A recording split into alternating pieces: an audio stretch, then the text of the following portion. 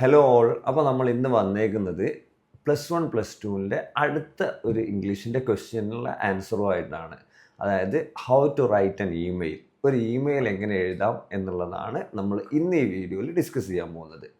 അതിൽ നമുക്ക് കാര്യമായിട്ട് വരുന്നത് ഇമെയിലിൻ്റെ ഫോർമാറ്റിൽ വരുന്നത് ഫസ്റ്റ് വരുന്നത് ഫ്രം ആണ് വരുന്നത്. അത് കഴിഞ്ഞിട്ട് ടു, ആർക്കാണോ നമ്മൾ മെയിൽ അയക്കുന്നത് അവരുടെ മെയിൽ ഐ ഡി ആണ് വരുന്നത്. അത് കഴിഞ്ഞിട്ട് CC, കാർബൺ കോപ്പി എന്നുള്ളതിൻ്റെ ഷോർട്ട് ഫോം CC വരും. അത് കഴിഞ്ഞ് ബ്ലൈൻഡ് കാർബൺ കോപ്പി BCC വരും. അത് കഴിഞ്ഞിട്ട് നമ്മൾ ഏത് സബ്ജക്റ്റിനെ ബേസ് ചെയ്തിട്ടാണോ നമ്മൾ ആ മെയിൽ അയക്കുന്നത് ആ സബ്ജക്റ്റ് എന്താണ് എന്നുള്ളത് ജസ്റ്റ് ഒന്ന് ബ്രീഫ് ചെയ്യുക. ഒരു 2-3 വാക്കുകൾ, അതായത് not even a full sentence, ഒരു ഫുൾ സെൻറ്റൻസ് തന്നെ വേണമെന്നില്ല. അപ്പോൾ എന്താണ് ആ മാറ്റർ എന്നുള്ളത് ജസ്റ്റ് ഒന്ന് എഴുതുക. അത്രയാണ് ഇതിൻ്റെ ഫസ്റ്റ് ടോപ്പിൽ വരുന്ന ഫോർമാറ്റിൽ വരുന്നത്.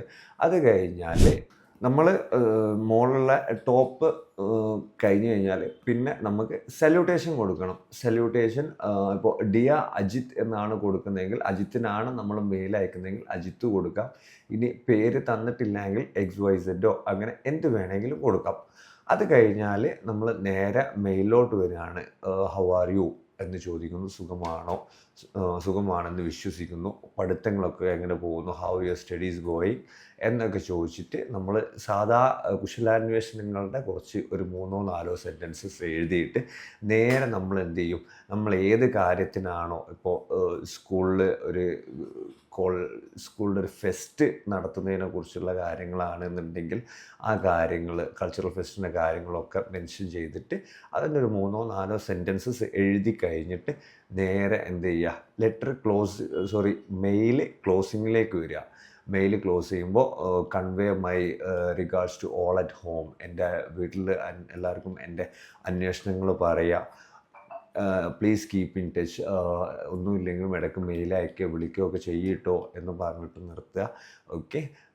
പിന്നെ നല്ലൊരു വിഷിങ് കൊടുക്കുക. Have a wonderful day, yours lovingly, അല്ലെങ്കിൽ വിത്ത് ലവ്.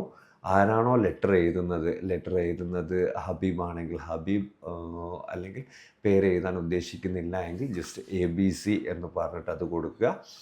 പിന്നെ ഏതാണോ സ്ട്രീറ്റ് XYZ നഗർ എങ്ങനെ കൊടുത്തിട്ട് ഏതാണോ ജില്ല കൊടുക്കാൻ ഉദ്ദേശിക്കുന്നത് നിങ്ങൾക്ക് ഇഷ്ടമുള്ള ജില്ല കൊടുക്കുക. ഇതോട് കൂടിയിട്ട് ഒരു മെയിലിൻ്റെ കേസ് നമ്മൾ ഫോർമാറ്റ് ക്ലോസ് ആയി. ഈ വീഡിയോ നിങ്ങൾക്ക് ഉപകാരപ്പെട്ടില്ലേ?